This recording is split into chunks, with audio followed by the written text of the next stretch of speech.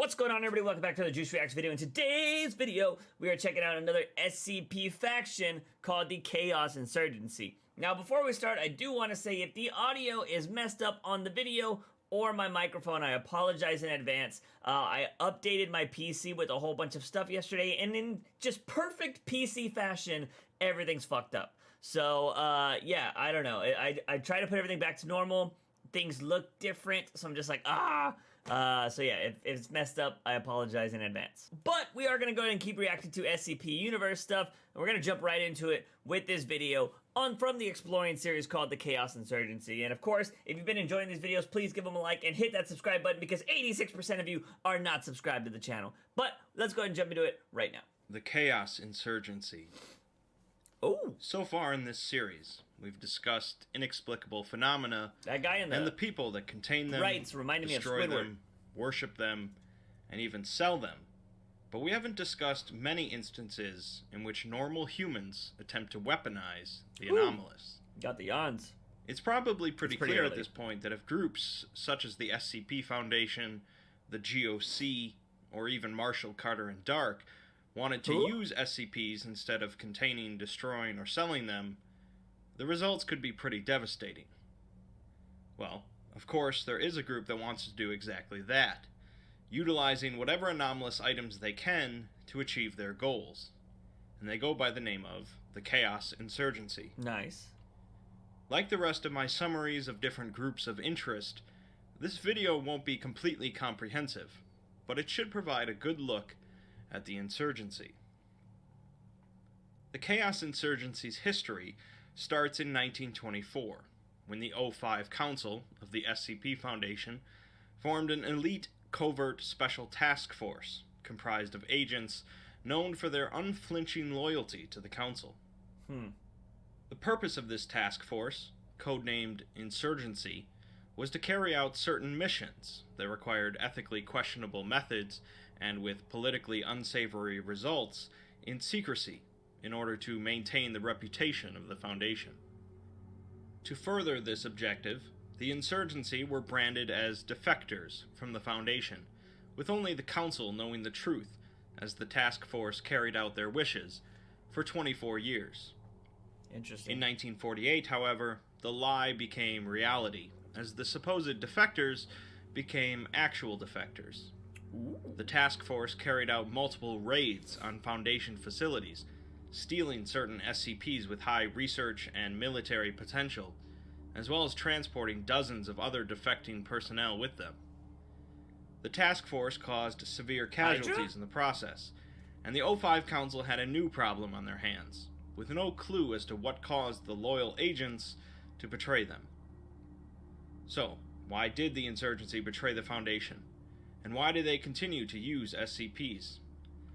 The lack of canon kicks in here, and so really the answer is unknown, but there are always theories.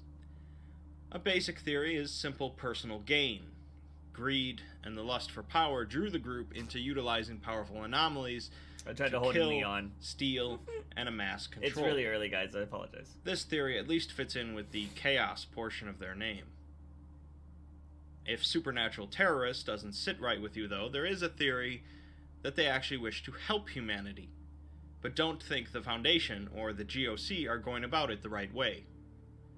To make a nerdy reference, much like Boromir wished to use the One Ring to save Gondor, the Insurgency could wish to use SCPs to save the world rather than destroying them or I'm up keeping before them my contained. alarms.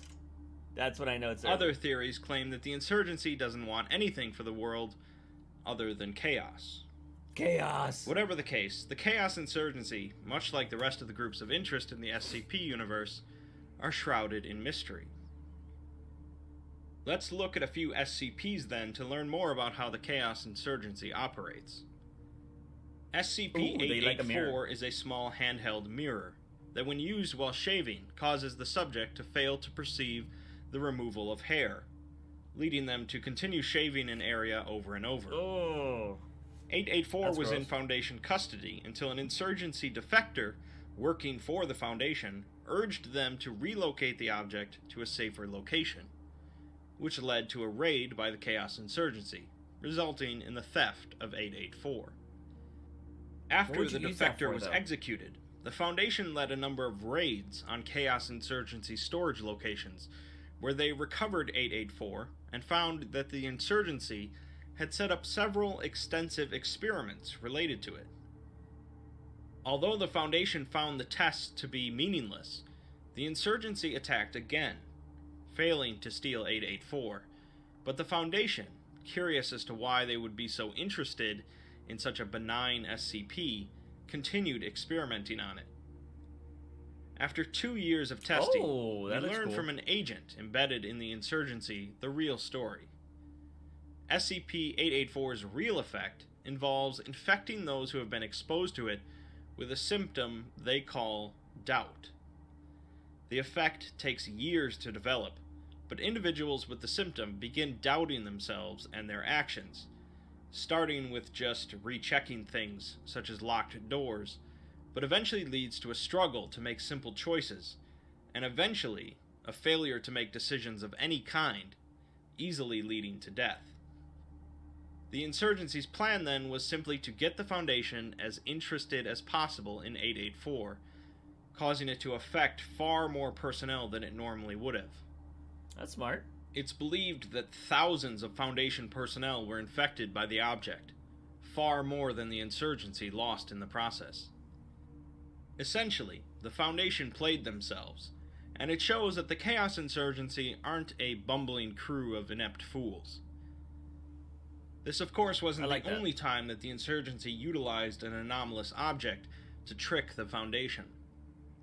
SCP-1316 is a female house cat with the appearance of a 3-month-old kitten, despite being in Foundation custody since 1948. And so its anomalous property is that it doesn't age. Is it immortal? This is what the Foundation believed until a raid by the Chaos Insurgency led to the theft, destruction, or disappearance of a number of SCPs. In the aftermath, the Foundation performed a routine scan for any bugs or hidden surveillance items in the site, discovering that SCP-1316 was regularly broadcasting a signal every day for 5 minutes. The signal consisted of an artificially generated female voice reading a series of numbers, and that transmission was able to be picked up by any standard shortwave radio. The Foundation quickly cracked the number code, deciphering messages transmitted by 1316. The day after the raid, it transmitted that the operation was successful and requested further orders or extraction. From then on, it transmitted that the Foundation was growing suspicious, confining it to a single room, and then moving it to a new site entirely. Finally, it transmitted that the Foundation knows about its true purpose, and it requested immediate extraction. 2 days later, with no response, it transmitted its last message, saying, "There is no extraction, is there?" Since then, 1316 has not transmitted any more broadcasts, and so the Foundation keeps it confined and feeds it twice a day. What? Perhaps one of the most successful intrusions into the SCP Foundation by the Chaos Insurgency is SCP-1275, to the point of the Foundation is still not sure the insurgency is behind it. 1275 is a fluid, amorphous entity capable of changing its volume, shape, color, and opacity. It can flatten and shrink itself to a small enough size to squeeze through even minor flaws in a seal thought to be airtight, and can grow large enough to envelop people or larger objects.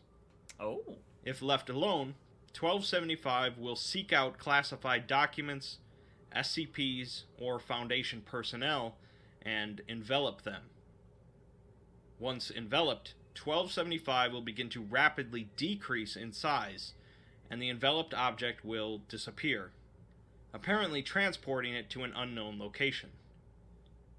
Alternatively, 1275 is capable of disgorging foreign objects originating from an unknown location, including explosives, weaponry, anomalous objects, and hostile agents, in order to assist in breaching its containment. It's unclear if the object possesses its own intelligence and or is being controlled by an outside force, but it is actively hostile to the Foundation and their operations. As of now, the object is contained in the Gobi Desert, in a tungsten cube filled with an electrified wire lattice and molten lead, and is under constant surveillance. 1275 is believed to be responsible for the disappearance of over 20 different SCPs across 10 different facilities over the course of 18 years, along with at least 49 personnel. That's pretty cool. As readers, we get the benefit of knowing the Chaos Insurgency is somehow responsible for controlling this entity, but the Foundation is still trying to figure that out. Most SCP reports that mention the Chaos Insurgency, however, only do so in passing. Objects are often recovered from raids on insurgency storage locations or bases of operations, and occasionally the insurgency will launch raids in return to steal SCPs.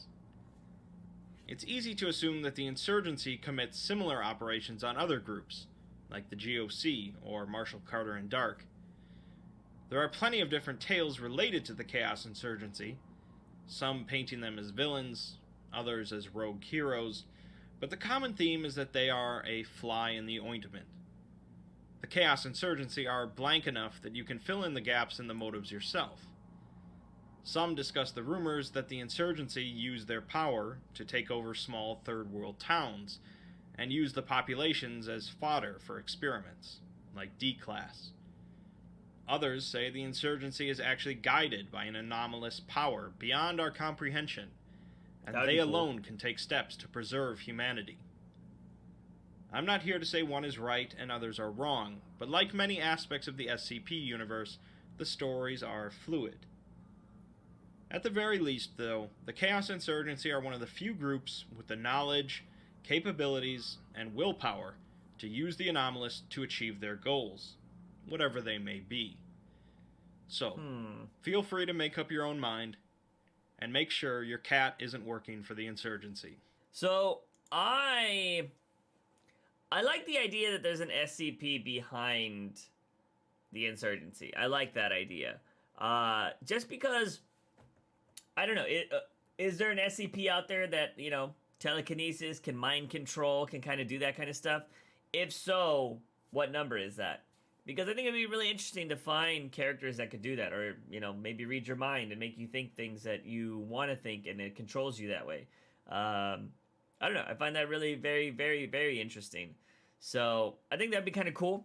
Although I do like that they're not just like dumb people trying to destroy the world. They do seem pretty intelligent, as in they know things about SCPs maybe even the Foundation doesn't know, which it makes it even more intriguing if it is an SCP behind it, because then there could be an SCP that is able to control other SCPs.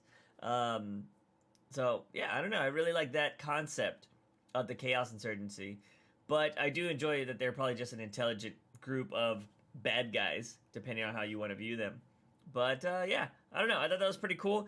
I apologize again if the audio or anything really sucks. And for my phone going off like 5 times. Like, I don't know what whatever. But that's going to be today's video, ladies and gentlemen. I'm enjoying this. Am I good enough to watch 5,000 now? Because everybody is like, you check out Chaos Insurgency. Is there anything else I should watch? And a lot of people keep saying Dr. Bright. Do I need to watch that before or after? I'm just very curious if I can just go on to 5,000 now. You let me know in the comment sections down below. Guys, if you want any more content, you can check out my TikTok or come over and hang out with us on twitch.tv/JUICEfromtheBOX. Links in the description to those things. Of course, you want to buy yourself some merch, which there's a lot of good stuff in that store. Go check out my store. But of course, if you enjoyed this video, please give it a thumbs up and hit that subscribe button because it helps out the channel. But as always, ladies and gentlemen, I am your host, JUICEBOX. Remember to wake up in the morning and ask yourself something. I'm a daily dose of juice. See you guys next time.